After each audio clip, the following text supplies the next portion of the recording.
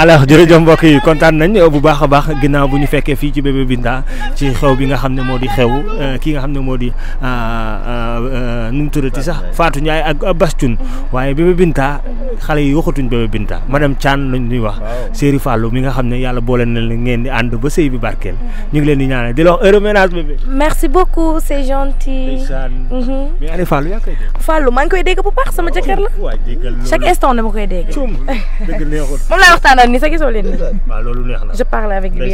bala ñuy ñëw la set tey ñu fekk la sa biti sa xarit sa doomu ndey di ki nga xam ne moo di Fatou Ndiaye tey lan nga ressentir bi nga fi ñëwee fekk mbooloo ah kontaan vraiment.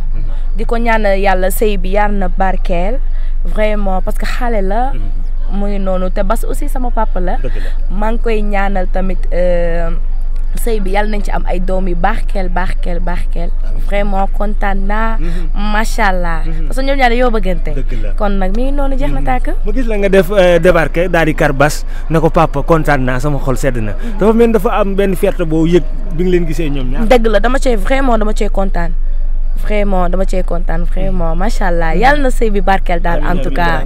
yow tamit terewut nga yëkkati say teraanga indil ko jàpp ci bis bi te yaa xewla woon barki dem moo njaay mais terewut nga bàyyi sa yitte yëpp ñëw teew. non vraiment teraanga bi ma ko jox xeeb naa ko trop. xeeb naa ko. incha allah ak li nga jox fii li nga fi joxe non. du dara sama xarit la war naa ko koo jox. loolu kese la dëgg la wane nga ko. mais nañ ñëw tuuti ci la set bi nga xam ne yow sa bis la ñu war la cay fekk si yow tamit ànd ak yow. ci ki nga xam ne moo di Serigne Fallou. tey naka nga koy waajee. le 7 ak le 8. le 6 7 8. le 6 7 8. ñu ngi ciy ñaan yàlla. ñoo naral askanu Sénégal yàlla nañ ci àgg jàmm ak salaam. incha allah voilà mu ngi noonu daal en tout cas yi. dinañ fi toj daal. dañoo war a xew nag. lu neex da nga di xale te Fallou da di xale. te sénégalais yi dañoo kontaan ci seen i couple yéen ñaar. kon nag xew bi maanaam yaakaar naa ni dafa war a ala daw me. waa incha allah. da ngaa fas yéene def lu kenn defu ko. xaar leen lu ne daal incha allah. da ngaa fas yéene def lu kenn defu ko. loolu surprise la xanaa. ok. suñu Fall day ñëw. ok. mais tey boo koy yóbbante ci écran yi nga xam ne devant tous les téléspectateurs de Siweulko TV lan nga koy wax moom Fallou sa jëkkër ji. di ko wax je t'aime. dama ko bëgg. jëkkër xale laa am. di aawo yaay. di ñaare tante. first lady. ndeysaan mais nag nëbboon ngeen sénégalais yi seen ànd bi de.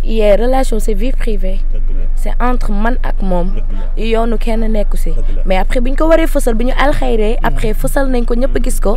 vraiment mais merci tamit aussi ci yéen kontaan naa ci yéen vraiment. mais wax ma may ma question bi maanaam ngeen doon ànd di defandoo ay vidéo mosoo wane ni sincèrement da nga ko bëgg au fond comme jamono ji ni nga koy waxee da nga ko love mais lan moo la mooy opportunité boo deen ànd maanaam sénégalais yi duñ xam sax ne yaa de l'amour ki nga xam ne tey am na si seen diggante en vrai dire.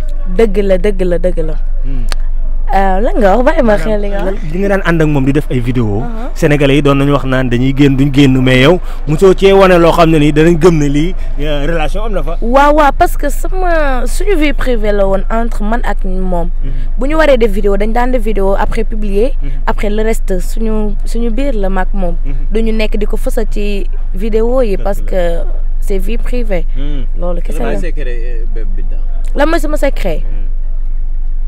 man sama secret j'ai pas de secret non j'ai pas de secret. mais marié ngeen ndax da ngeen di continuer di TikTok di bëggal askan wi wala da ngeen di arrêté concentré wu ci mariage bi. aywa bàyyi leen ma damay sëy. damay sëy ba dee. bu la nar a yàqal sa sëy ñu ne rek yow. mi ngi noonu merci beaucoup.